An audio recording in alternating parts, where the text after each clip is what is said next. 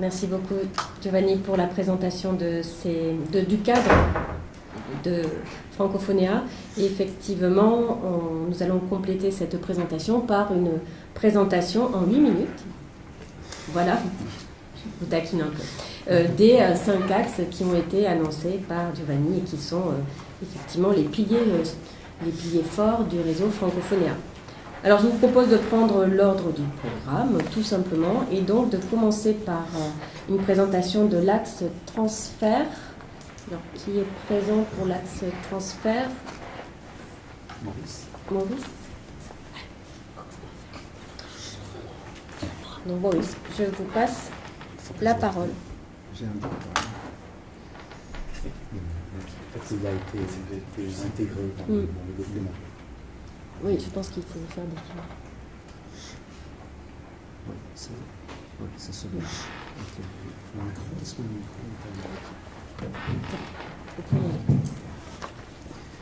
Bien, merci pour la parole que vous accordez à l'axe transfert. Vous allez voir que c'est un axe qui devrait normalement passer après, parce que c'est un axe qui traverse tous les autres axes. Alors, pour le temps qui nous est imparti, les 8 minutes, je crois que je vais faire moins, on va essayer de répondre à 3 questions. Le premier, c'est de se demander qu'est-ce qui est transféré ou qu'est-ce qui est transférable. C'est la première question. Deuxième question, entre quels acteurs ou quelles entités, et puis après, en illustration, pour éviter que notre présentation soit beaucoup plus abstraite, on va essayer de nous appuyer, nous allons essayer de nous appuyer sur quelques exemples qui illustrent le travail qui est entamé dans l'axe transfert. Alors, je commence avec le tout premier point, mais vous allez vous rendre compte que l'essentiel a été déjà dit par les intervenants de ce matin. Qu'est-ce qui est transféré ou à transférer? On peut transférer les disciplines, les notions et les concepts. Je vais revenir après. Les instruments, les méthodes ou les dispositifs. On peut aussi transférer les pratiques, des expériences ou les expériences. On peut par ailleurs faire un transfert des résultats vers la valorisation. Je reviens après. Alors, ça, c'est la première question des éléments qui sont transférables. Le deuxième point, c'est entre qui et qui, entre quelles entités. Comme l'a rappelé le coordinateur du réseau, le transfert se fait entre le français et d'autres langues, et pas seulement dans l'espace francophone, mais aussi dans d'autres espaces, c'est-à-dire, et même dans l'espace francophone, il n'y a pas que le français. Donc, les notions, les concepts, les instruments qui ont été forgés en français ou dans des langues partenaires sont transférés d'un côté comme de l'autre. C'est pour ça que ce n'est pas par amusement que nous avons placé les flèches dans les deux directions. C'est que nous pensons qu'il n'y a pas entre les entités qui sont en interaction une entité qui apporte et une autre qui reçoit. Donc les échanges se font dans les deux sens. Au niveau des entités aussi, les échanges peuvent se faire entre les disciplines. Et entre les disciplines, je vais l'illustrer après, c'est-à-dire une discipline, les concepts qui sont développés dans une discipline et qui sont transférés dans d'autres contextes.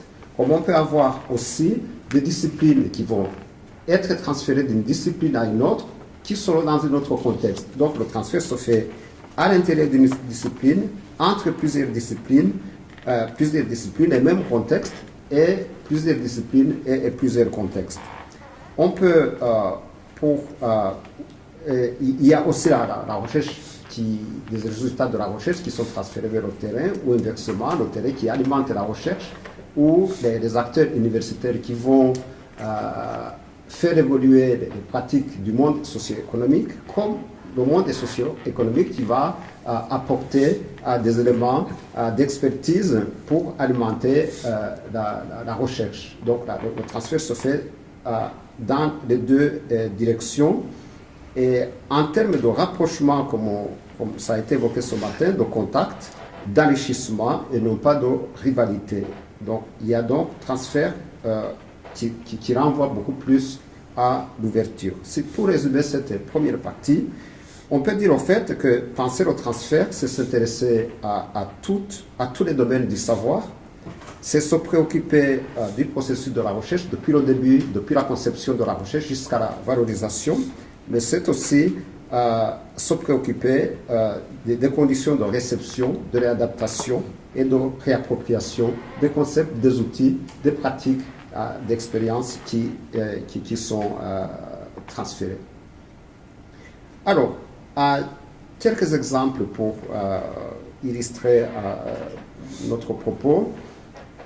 On a évoqué beaucoup d'exemples qui sont en littérature, mais si on prend l'exemple des systèmes juridiques et les transferts dans d'autres cultures, qui a été évoqué ce matin, prenons par exemple la notion de droit de l'homme. C'est intéressant de voir comment dans l'espace francophone ou dans d'autres cultures, cette notion de droit de l'homme est abordée, est investie dans les différents contextes. Deuxième élément qu'on retrouve dans les projets qui ont été inventoriés et qui sont en cours ici dans nos universités, c'est la notion de décolonisation dans l'espace francophone qui peut être travaillée aussi bien en littérature, en sociologie, en sciences politiques ou ailleurs, de voir comment une telle notion est investie dans les différents contextes. Dernier élément, pour dire que le réseau déborde même les sciences humaines, je souhaiterais terminer en évoquant l'exemple qui n'est pas en sciences humaines.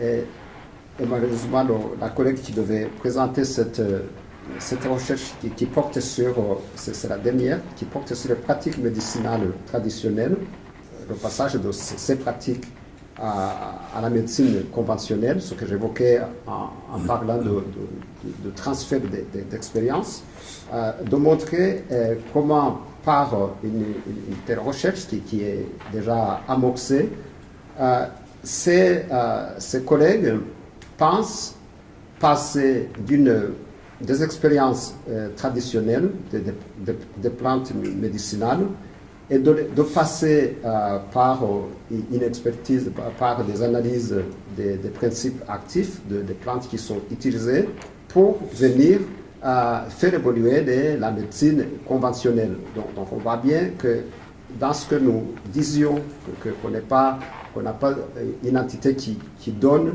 et l'autre qui reçoit, là c'est un départ par des pratiques, des expériences non formelles vers des expériences formelles. Voilà, donc un autre exemple. Et pour terminer, je soulignerai, comme je l'ai dit, que pour notre axe, comme d'autres exposés vont l'illustrer, c'est un axe qui est en interface entre les autres axes, les autres axes de francophonie, qui est en interface aussi entre le monde académique et le monde socio-économique, et que les membres de notre axe, comme tous les autres membres, nous sommes des intermédiaires entre les différents acteurs et les différentes entités, mais nous ne sommes pas que des intermédiaires. Je crois que Giovanni l'a souligné, nous sommes aussi des incubateurs dans le sens où nous sommes aussi force d'initiative, nous entreprenons aussi, nous sommes là pour entreprendre, pour lancer des idées, mais pour aussi concevoir des projets qui peuvent alimenter, qui rentrent dans la philosophie du réseau. En termes projectifs, je crois que ça concerne le fonctionnement interne du réseau, de notre axe. Nous comptons très prochainement organiser des journées d'études, en tout cas à la rentrée de septembre, d'abord pour continuer le travail de cartographie de l'existant dans les différentes universités et de projeter la suite. Et puis, comme je l'ai évoqué, nous sommes à l'interface entre d'autres axes et nous comptons aussi initier un séminaire de recherche interaxe pour essayer surtout de baliser notre champ d'action et de nous mettre d'accord sur les différents concepts qui sont qui sont employés dans le cadre du réseau. Je crois que les conférences d'aujourd'hui, les échanges d'aujourd'hui ont aussi vont alimenter notre réflexion. Je vous remercie.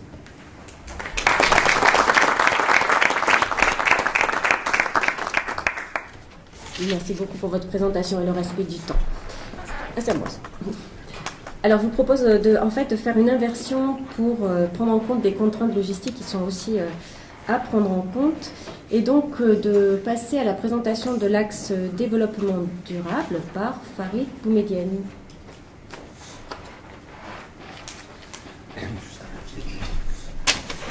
Merci beaucoup. Bon, je vais essayer de faire vite parce que je vois que l'agenda se remplit. Donc moi, je suis en charge de l'animation de l'axe développement durable. Donc je me présente, je suis Farid Boumedienne de l'Université de Limoges et je suis plutôt dans le domaine, alors je suis historiquement de SHS, parce que j'ai une thèse en géographie, puis après j'ai repris un peu les choses et j'étais en médecine et aujourd'hui je suis HDR santé publique. Donc ça me donne une vision assez large.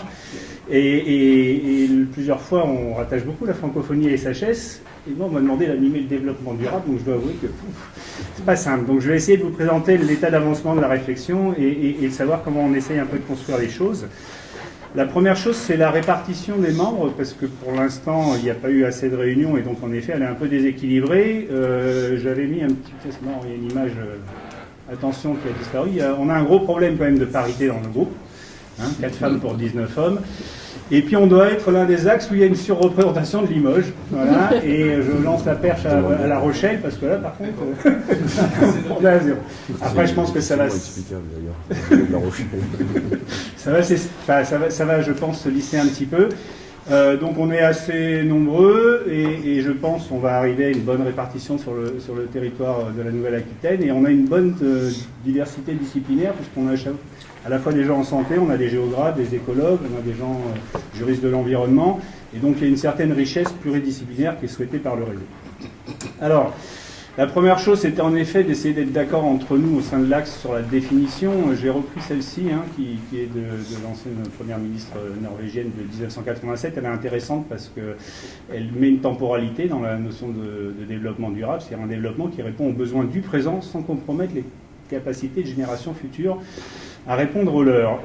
Donc c'est une définition qui, à mon avis, est très juste, et elle a une chose importante qui est de montrer la dimension temporelle qui va rentrer comme quelque chose d'un critère pour nous d'éligibilité, en tout cas de soutien au projet très très important. Au-delà de cette définition, on a retenu 3 principes. La première, c'est qu'en effet, c'est pluridisciplinaire, interdisciplinaire à privilégier. Donc toutes les disciplines sont susceptibles de proposer des projets, des programmes qui s'inscrivent dans la philosophie de l'axe. Il doit obligatoirement y avoir les 3 dimensions du développement durable qui doivent être en tout cas traitées par le projet, ou en tout cas considérées par le projet, la dimension environnementale, sociale et économique, et la question de la pérennité, ou en tout cas de la durabilité de l'action de l'innovation, de la recherche qui est initiée, est un des éléments clés. J'ai pris un petit exemple avec mon équipe parce que la question de l'espace francophone, et parfois certains qui font le raccourci avec le territoire francophone, me gênait un petit peu. Et donc j'ai fait un test, je suis dans une équipe qui travaille sur la santé au sud, et donc principalement dans la zone tropicale, et c'est moi-même qui ai monté le site entièrement en français. Et je me suis dit que c'était une bonne façon d'aller voir l'audience d'un site francophone sur la santé. Et comme vous le voyez, j'ai été rassuré par tous les propos dits avant. Il y a des espaces francophones, évidemment, en Afrique de l'Ouest, on voit bien comment il ressort. Mais il y a en effet un espace francophone. Moi, j'ai beaucoup travaillé au Cambodge et au Laos, où je considère que le Cambodge est plutôt... le français est plutôt en train de régresser, mais dans lequel j'ai toujours conduit l'ensemble de mes programmes de recherche en français et dans l'animation en français. Et ça rejoint un peu ce que j'ai entendu de la part de Neifava, qui disait que parfois même on ne pouvait pas conduire autrement qu'en français, sinon ce n'est pas compris de la même façon. Et dans le domaine de la santé, la médecine tropicale des années 60-80 a marqué sa page. Il y a une culture de la médecine en français qui est différente de celle en anglais. Et donc c'est un exemple pour montrer qu'on ne doit pas se figer sur des espaces francophones, enfin sur des territoires francophones, mais bien sur des espaces francophones, aussi petits soient-ils au sein de pays qui ne le sont pas. Sur les critères d'éligibilité, on s'est beaucoup cassé la tête, et puis finalement on a vu que le travail commun qui avait été fait par Giovanni ou vous nous a envoyé couvrait déjà des critères d'éligibilité que nous on voulait absolument, l'approche disciplinaire, la durabilité, La dimension francophone, je viens d'en parler, et donc on rajoute donc les trois dimensions dont je vous ai parlé, environnementale, sociale et économique, et évidemment très ouvert sur les disciplines. Parce que le petit schéma qui est à moitié masqué par la vidéo, c'est simplement pour rappeler que dans l'esprit du grand public, il y a une espèce de projet archétype, on parle de développement durable, c'est haute qualité environnementale, aménagement de l'habitat, etc. Et que évidemment, vu les sensibilités du réseau et à l'intérieur du groupe, ça va bien au-delà. Alors, vous ne voyez pas ce que j'ai écrit, mais c'était les projets contemporains, c'est-à-dire prendre en compte la définition du développement durable avec toutes ses dimensions, et donc ne pas s'attacher aux projets d'archétype. Pourquoi j'ai montré ces deux aspects-là? Déjà parce que je vous parle des activités qu'on a décidées en groupe en 2022. Il y aura deux grosses activités. Une première enquête qui va plutôt être pilotée par Elisabeth Hoffman sur faites le ménage devant votre porte avant d'aller donner les leçons. Donc est-ce que les campus universitaires, en termes de cette fois-ci d'archétype, est-ce qu'ils ont des initiatives, des stratégies, des politiques de développement durable pour la vie sur les campus? Donc on est en train de faire le questionnaire, on l'a presque finalisé, on va essayer de faire tourner durant l'été et le début de la rentrée auprès des chargés de mission développement durable des universités et remonter si on n'arrive pas à avoir l'info, et on essaiera de restituer ça. Et puis à côté de ça, à travers à la fois les projets retenus à l'ANR, ceux retenus à l'appel à projet de la Nouvelle-Aquitaine, etc., faire le recensement de tous les projets aujourd'hui en cours, portés en cours, qui sont dans nos critères et qui sont portés par au moins 2 établissements de la Nouvelle-Aquitaine. Donc on aura à la fois un inventaire des projets et évidemment progressivement la construction d'un annuaire des chercheurs qui semble être pertinent en tout cas pour l'Axe. Et pour terminer, voilà l'agenda de l'Axe. On a déjà au premier trimestre, très honnêtement, on a eu un petit peu de mal parce que c'était le lancement, il fallait qu'on se connaisse et qu'on se rencontre, etc.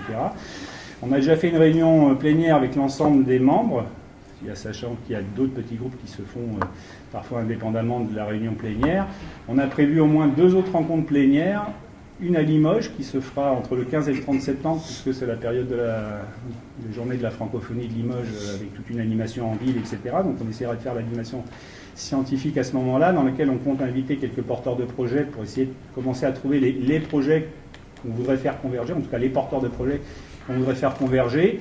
On fera un point intermédiaire sur les 2 enquêtes dont je vous ai parlé avant, et puis évidemment une dernière rencontre en fin d'année autour de la rencontre de l'ensemble des membres, dans laquelle on aimerait avoir une session développement durable, où certaines initiatives seront présentées, et notamment j'en ai repéré quelques-unes de développement durable, notamment dans des espaces non francophones, mais portés par des francophones. Et puis évidemment, on essaiera de donner un panorama de ce qu'il existe aujourd'hui dans la région, dans les systèmes universitaires en termes de recherche, développement durable et francophonie, et puis on décidera de la stratégie en 2023.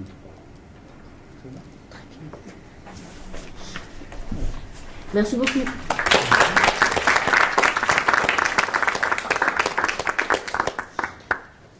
Alors, donc, nous poursuivons notre parcours dans les axes et en reprenant l'ordre du programme. Et donc, il est temps d'écouter l'axe éducation et plurilinguisme. Bonjour, on est 3, mais je passerai la parole. Donc, en tant que francophone, j'ai choisi le français comme langue adoptive, donc ça tombe bien. Alors, je ne sais pas... Ça doit être... Voilà. Alors, ce matin a été évoqué à plusieurs reprises l'importance de l'éducation et du plurilinguisme et de la francophonie dans le monde francophone. Donc, je ne vais pas ici reprendre l'importance de la formation des formateurs. Christian Tremblay l'a bien expliqué, et l'AEF aussi, etc. Donc, effectivement, notre action se situe dans l'éducation et l'enseignement, notamment du français et en français avec les langues des pays.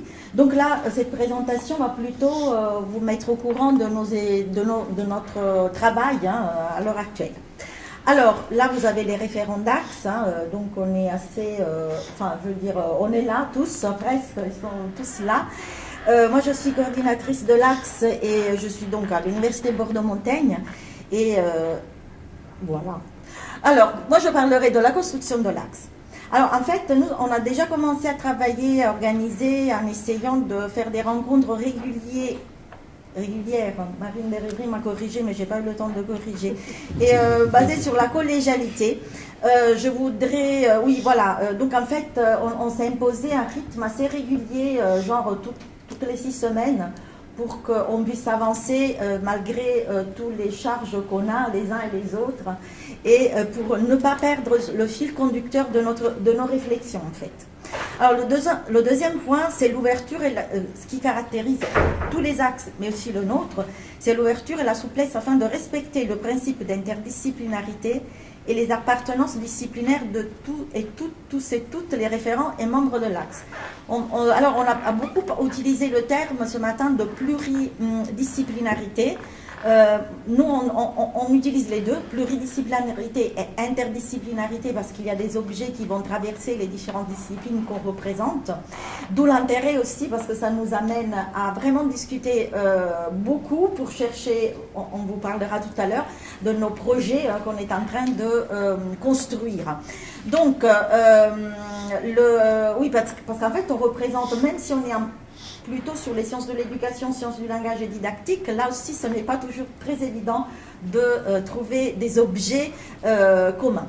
Alors, jusqu'à maintenant, on a fait 5 réunions, comme je vous disais, une réunion toutes les 6 semaines, et on a prévu donc, on avait proposé l'idée de faire un atelier cet après-midi pour qu'on puisse se connaître et échanger enfin pour de vrai, et pas avec la visio.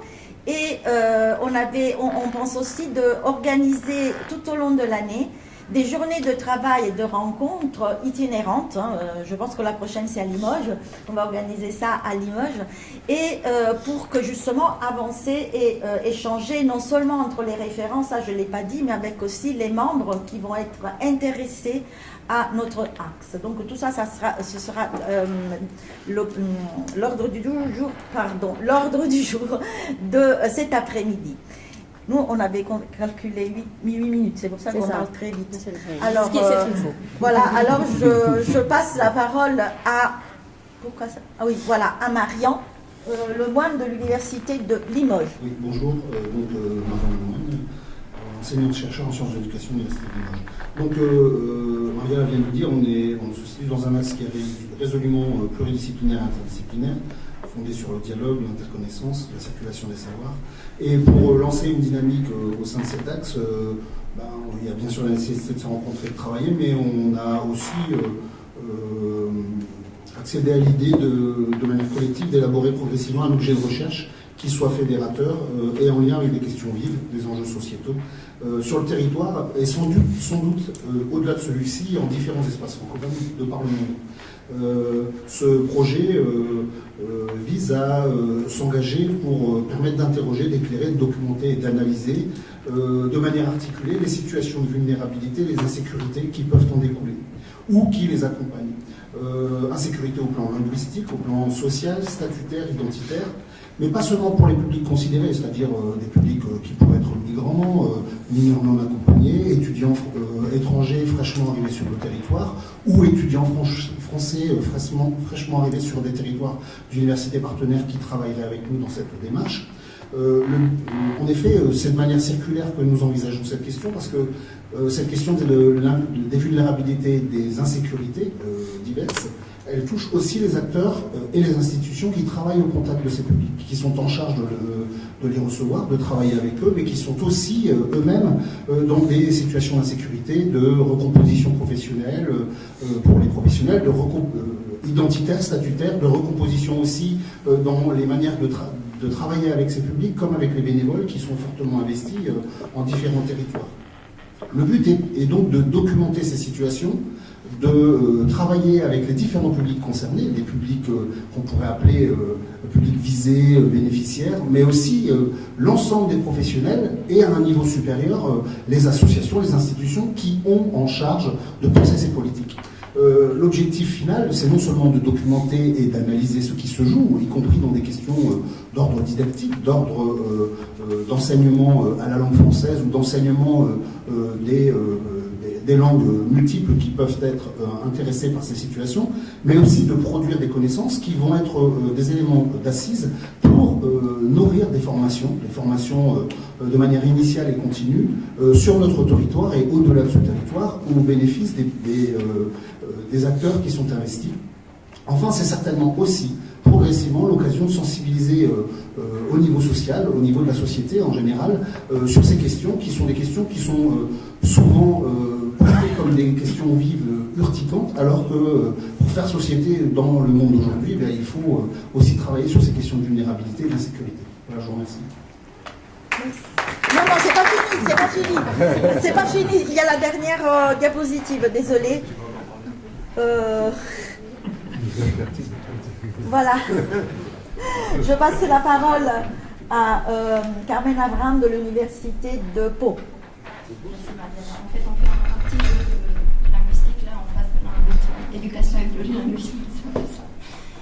Donc je vais parler très rapidement de nos réflexions concernant les enjeux de la formation et de la formation doctorale notamment, parce qu'on réfléchit constamment dans nos réunions à comment dynamiser l'axe, mais en même temps faire venir les doctorants, les masterants, les étudiants, donc pas rester juste au niveau des enseignants-chercheurs qui essaient de trouver des thématiques communes, mais vraiment intégrer nos étudiants. Et donc, notre réflexion porte surtout, et puis on va essayer de voir avec vous cet après-midi, qu'est-ce qu'on pourrait organiser de façon pérenne. Est-ce qu'on se projette plutôt sur des journées d'études doctorales, ou bien plutôt des projets pour des étudiants en master? Est-ce qu'on va vers l'organisation des écoles thématiques, journées d'études? Voilà, ce sont plein d'exemples, d'idées qu'on a, mais il faudra qu'on trouve au niveau du réseau aussi le budget, les moyens, les modalités de mise en place de tout ça. Mes collègues ont déjà dit, nous sommes dans cette perspective inter- et pluridisciplinaire à la fois, et je dirais dans une espèce de synergie entre recherche et terrain. Et notre propos porte surtout sur comment faire de la recherche pour former des jeunes, enfin des étudiants, des masterants, des doctorants, et puis l'inverse, les former à la recherche, et puis voilà, essayer de fédérer toutes ces thématiques dont Mariela a déjà parlé, et qui, pour l'instant, on navigue entre plusieurs champs, mais on va trouver bien nos thématiques communes avec Martine, Marion et nos deux collègues qui ne sont pas là, mais qu'on cite tout le temps avec Frédéricos et Eric. Merci. Merci. Maintenant, c'est fini.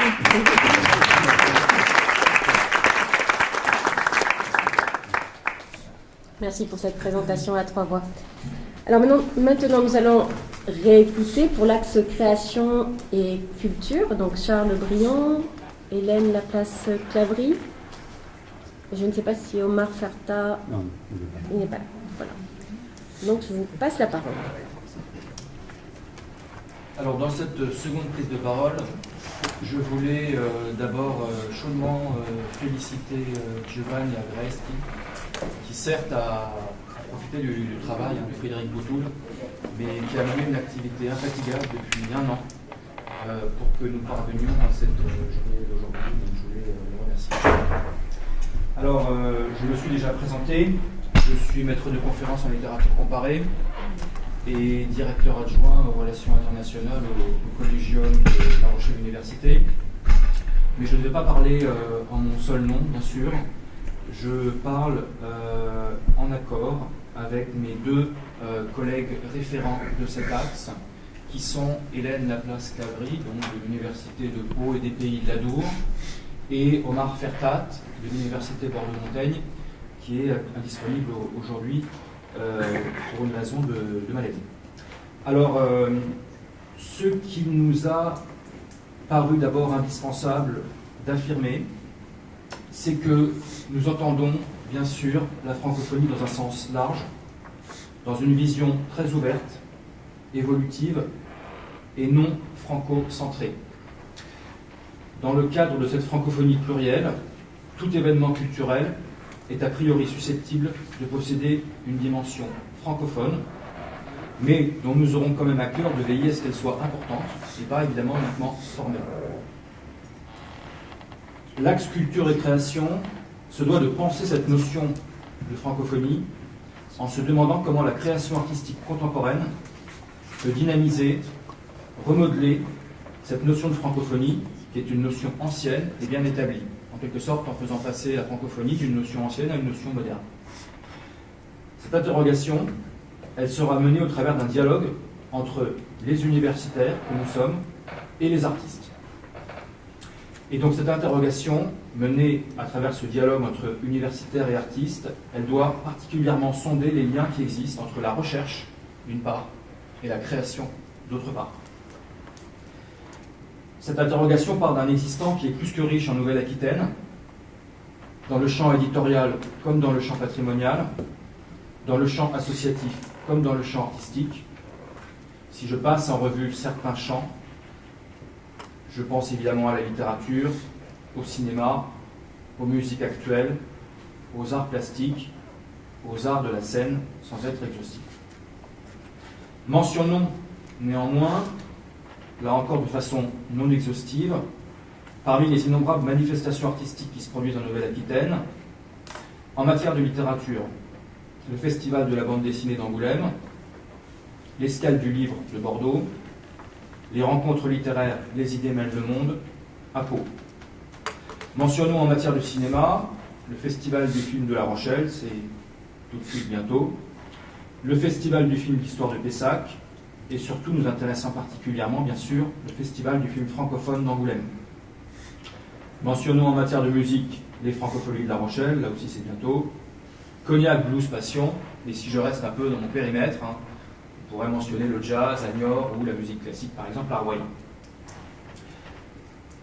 Ajoutons en matière de danse le festival Le Temps d'aimer de Biarritz, et n'oublions pas, enfin, les Zébrures d'automne de Limoges, riches en expériences théâtrales et en spectacles vivants.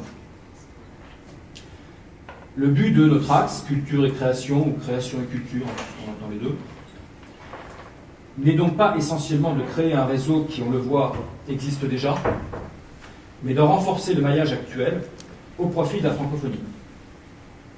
En resserrant les liens, dans cet objectif, entre les différents acteurs de la francophonie, que sont les acteurs culturels, les acteurs associatifs, les chercheurs et les acteurs institutionnels.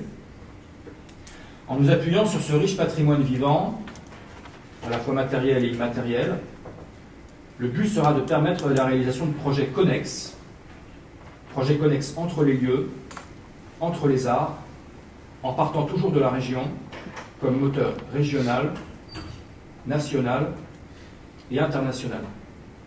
Je dis bien évidemment national et international, parce qu'il ne s'agit pas de renforcer ce maillage sur un territoire figé et qui serait fermé sur lui-même.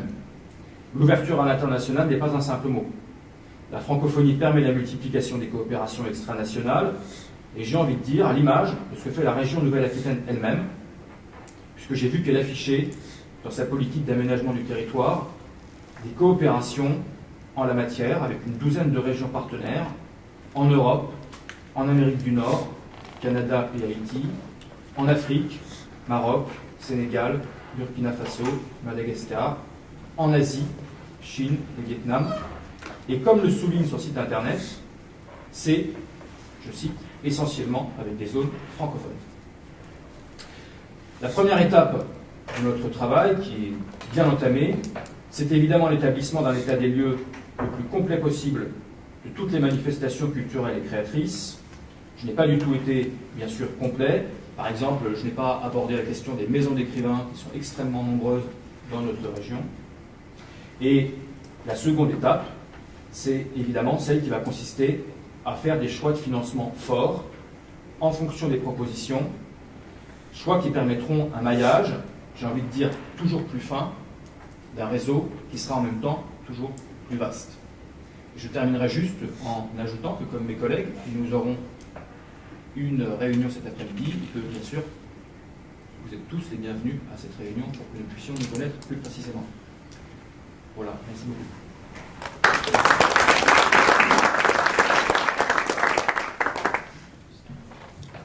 Merci beaucoup. Donc pour clore ce tour de table des axes de recherche de Francophonéa, la présentation de l'axe numérique, et ce sera donc Alain Kilindou qui va le présenter.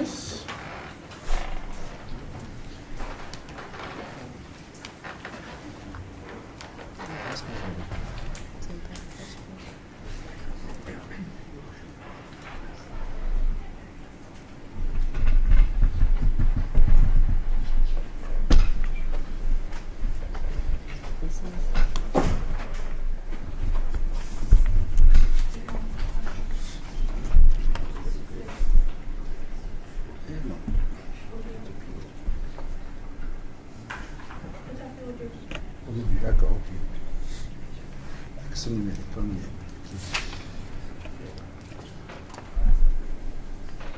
Donc, je suis Alain Kiyindou. On peut déplacer la tâche noire. Oui, il faut déplacer l'écran. Et là, Là, c'est mieux. encore. C'est un peu mieux. Ah, ça change pas. Oui. Merci. C'est bon? C'est mieux comme ça? C'est mieux. Merci de me donner la parole. Je suis donc Alain Kiyindou. Je suis professeur en sciences de l'information et de la communication à l'université Bordeaux-Montaigne. Je suis responsable d'une chaire UNESCO, pratique émergente en technologie et communication pour le développement. Et je suis président d'honneur de la Société française des sciences de l'information et de la communication. Donc, avant de vous parler du fonctionnement et des projets de l'axe numérique, j'ai oublié de préciser que je parle ici au nom de mes des trois référents de l'axe. Je vois Françoise appelle de l'autre côté. Voilà, donc je vais parler du fonctionnement des projets à venir, des thématiques de l'axe, mais j'aimerais avant tout préciser que le numérique, c'est... ça fonctionne. C'est une grande vérité. Ok, donc voilà. Le numérique, c'est devenu aujourd'hui une réalité parce que ça touche tous les aspects de notre vie, que ce soit la communication, que ce soit la politique, que ce soit nos pratiques professionnelles. Tout cela est impacté par le numérique. Et quand on aborde la question de la francophonie, on a tendance à voir cette question sous le prisme de la langue, mais la francophonie, c'est aussi une culture francophone qui peut être une culture technologique. Ça peut être aussi des pratiques professionnelles francophones, ça peut être aussi un espace économique francophone. C'est d'ailleurs pour cela qu'a été créée la direction de la francophonie économique et numérique pour élargir un petit peu le champ de l'orientation de cette francophonie. Et c'est donc depuis 2012 que la francophonie s'est rendue compte de l'importance stratégique du numérique qui a été relevée au sommet de Kinshasa, où il a été question de mettre en place une stratégie de la fonction numérique, de la francophonie numérique, ce qui a donné donc lieu à un certain nombre d'actions.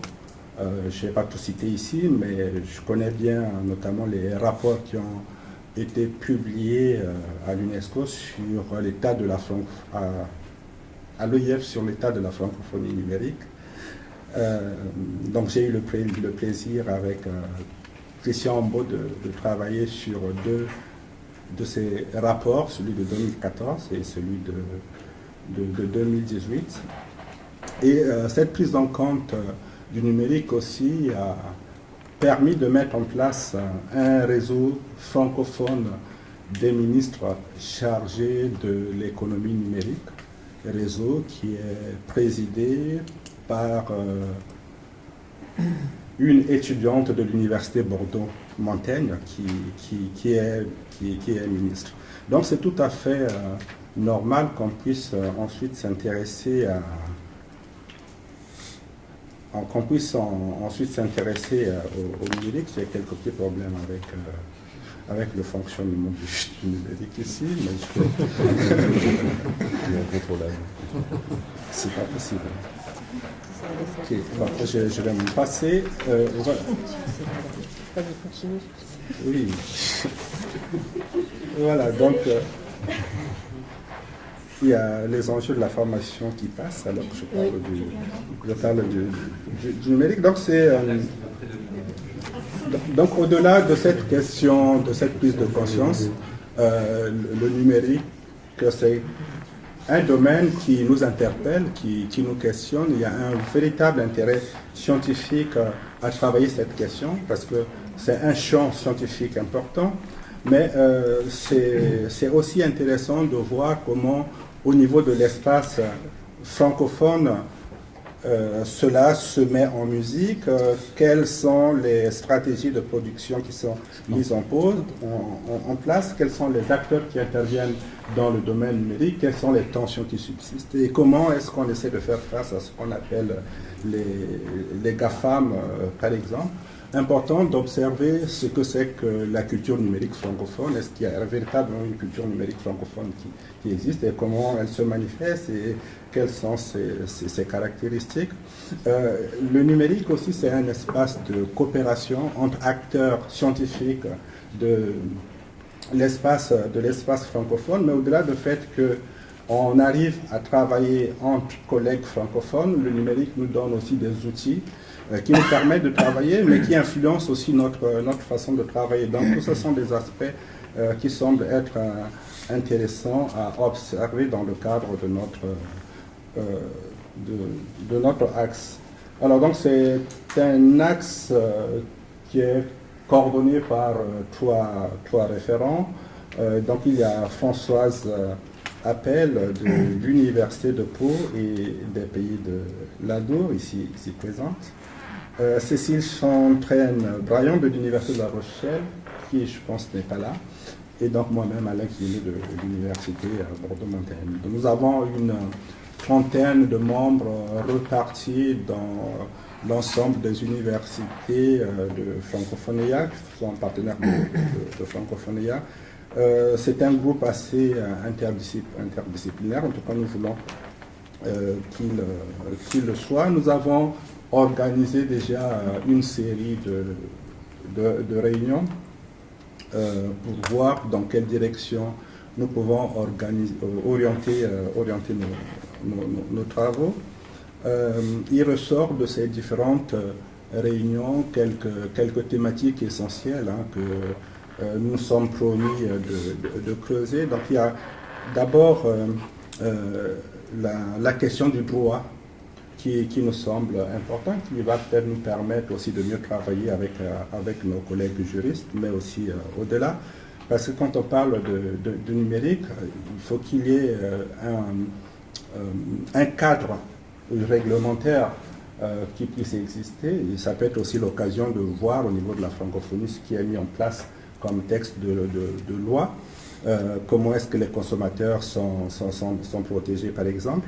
Mais au-delà du cadre juridique, il faut qu'il y ait aussi un cadre institutionnel qui puisse soutenir toutes les actions qui sont menées dans le domaine du numérique. Donc c'est tout à fait intéressant d'observer cela et de voir aussi ce qui se passe en termes de cybercriminalité, de voir tout ce qui se fait en termes de démocratie numérique.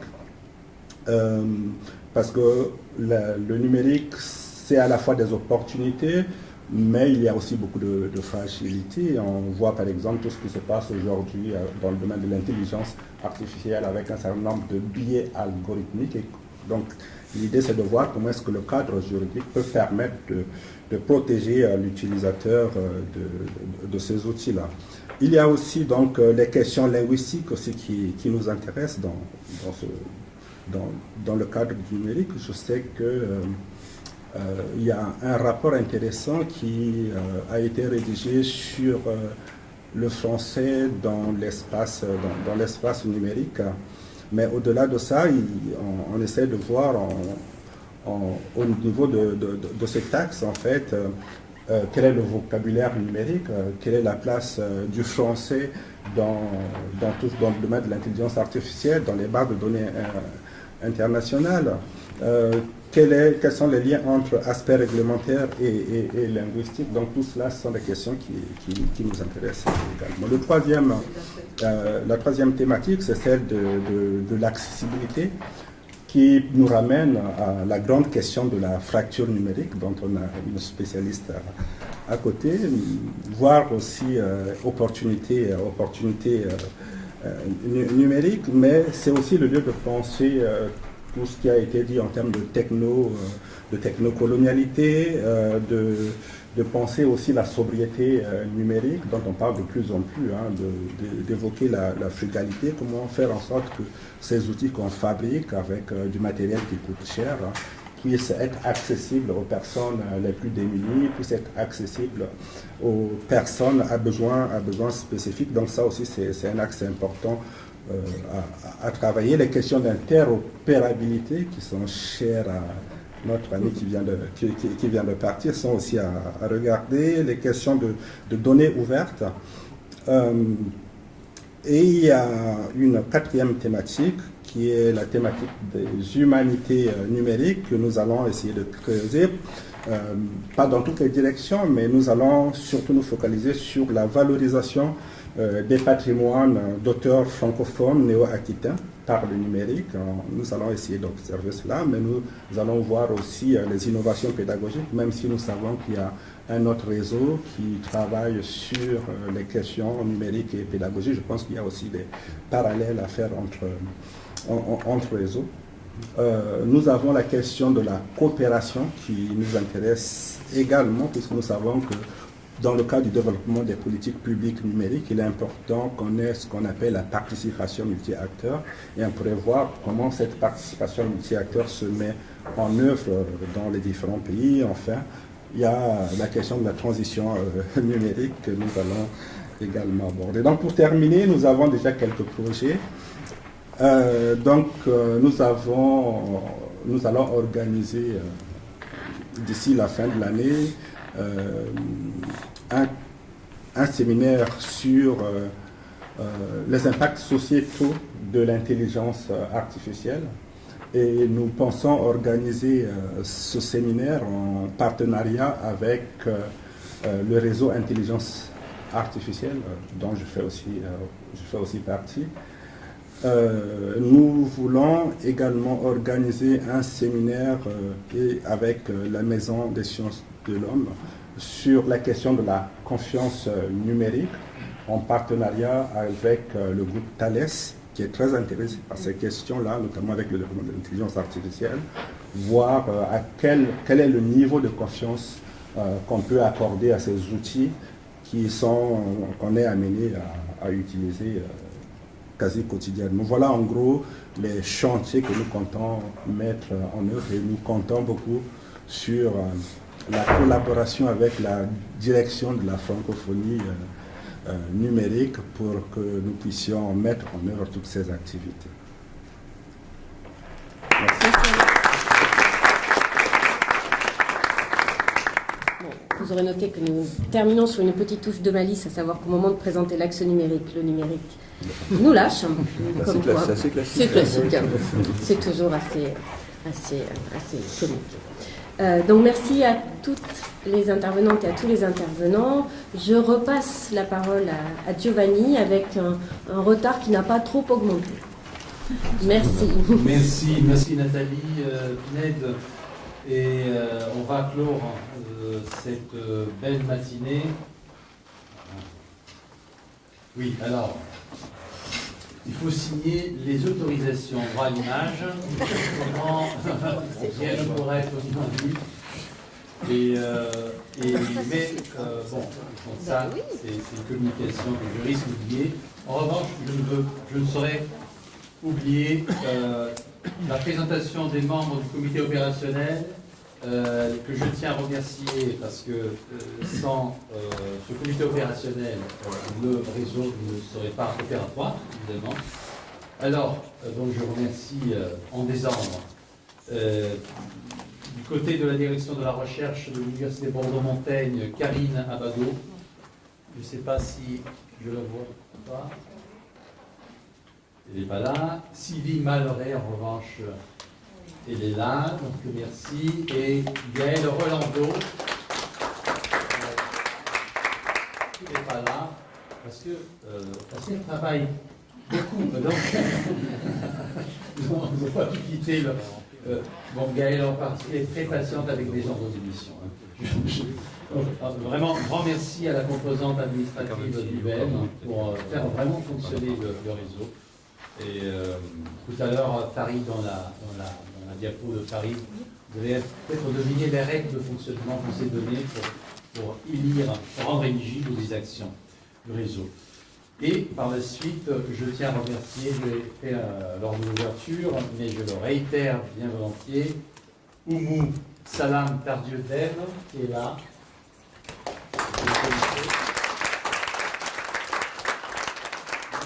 J'ai les projets depuis le mois de janvier.